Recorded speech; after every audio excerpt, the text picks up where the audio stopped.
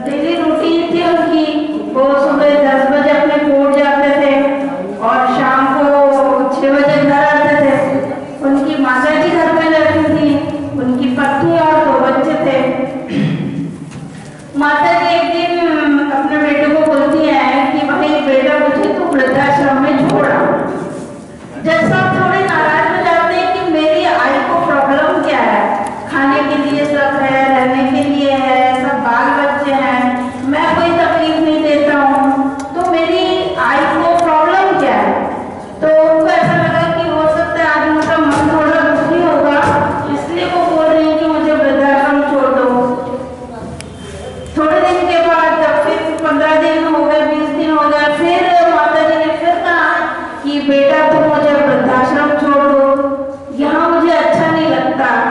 तो बेटा बड़ा परेशान हो गया, बोले मैं इतना बड़ा जज हूँ और मैं अपनी आई को कैसे वृद्धाश्रम में छोड़ूं। फिर उनको ऐसा लगा कि चलो मेरी आई को वहाँ का भी पता चले कि अच्छा चलो वहाँ तो खुशी मिल सकती है, तो ठीक है बोले अगले संडे को मेरी छुट्टी रहेगी तो मैं तुमको वृद्धाश्रम छोड़ाऊंगा। अपनी आई को ने ऐसा बोला।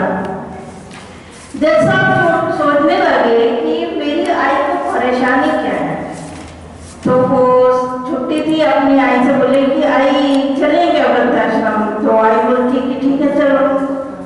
तो जज साहब अपनी आई को लेके अपनी गाड़ी में गए।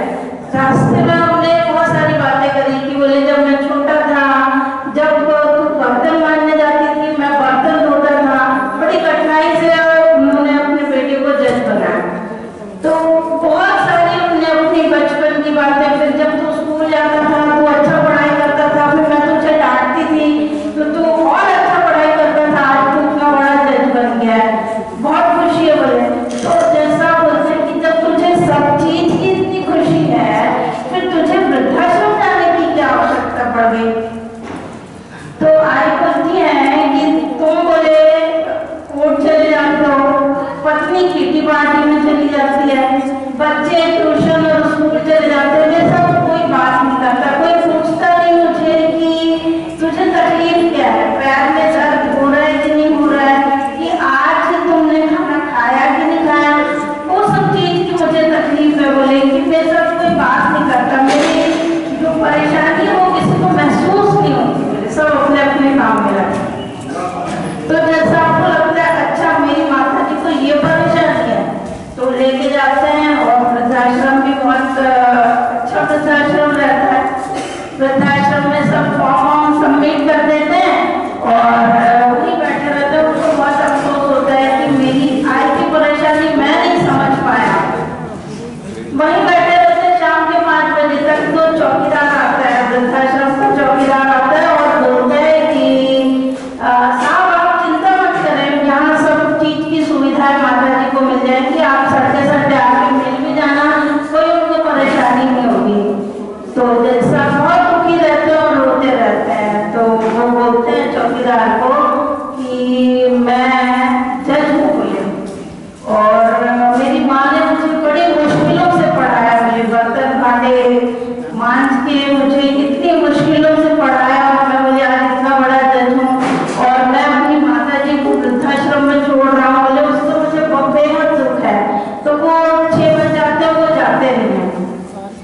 चौकीदार एक बहुत बड़ी बात बोल देता है कि बोलता है साहब आप इतने बड़े जज हैं और पूरी दुनिया का फैसला करते हैं बोले, और अपने घर का फैसला नहीं कर पाए। जज साहब को अंदर तक बात चुप जाती है कि मैं अपने घर का फैसला नहीं कर पाया।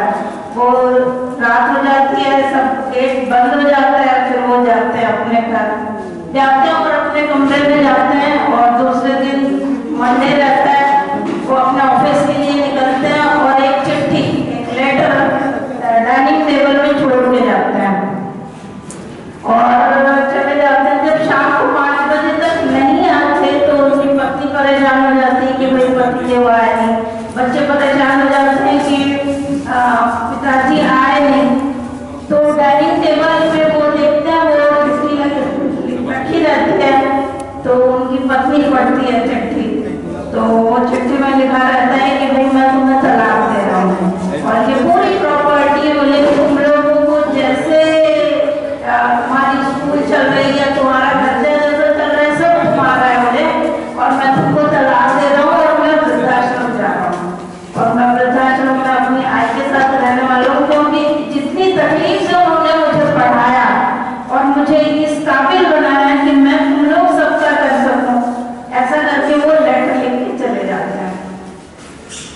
बच्ची और बच्चे फिर अपना करते हैं कपड़ा वपड़ा और फिर जाते हैं वृद्धाश्रम और अपनी आई से माफी